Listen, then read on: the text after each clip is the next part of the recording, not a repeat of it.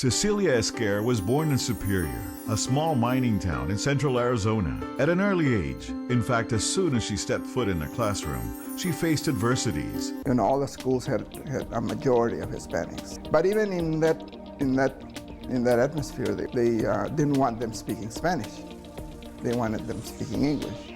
And they would be punished for speaking Spanish. Early in her life, Cecilia realized that education would be her most valuable tool to fight the common misconception that she was inferior. She was very young.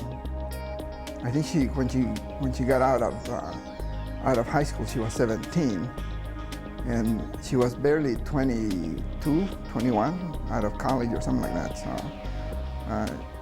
she didn't waste any time.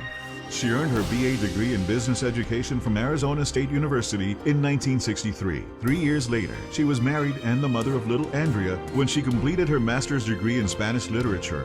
At the same time, Cecilia and her family were very much involved in the farm worker movement with voter registration drives and attending marches. Yet she contemplated facing another challenge. After a couple of years, she realized that the attorneys she was working with were bright, but not brighter than she was. And she decided, if these guys can get a law degree, I can do it. She was amazing in law school.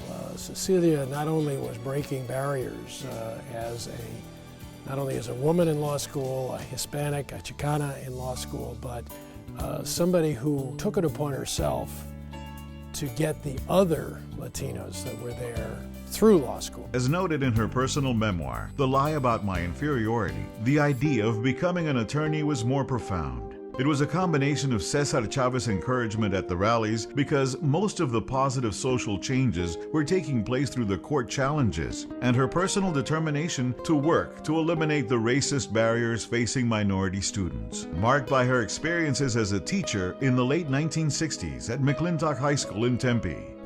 A lot of the students that were being placed in there were bilingual students or monolingual students, and because they were monolingual, they thought they couldn't, they needed to be in special ed, which was not true. Many times, the true character of a leader is defined by one particular action.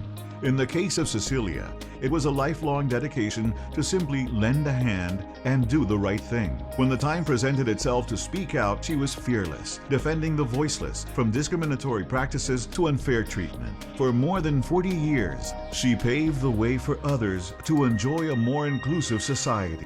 Most leaders are facilitators. And I think Cecilia was probably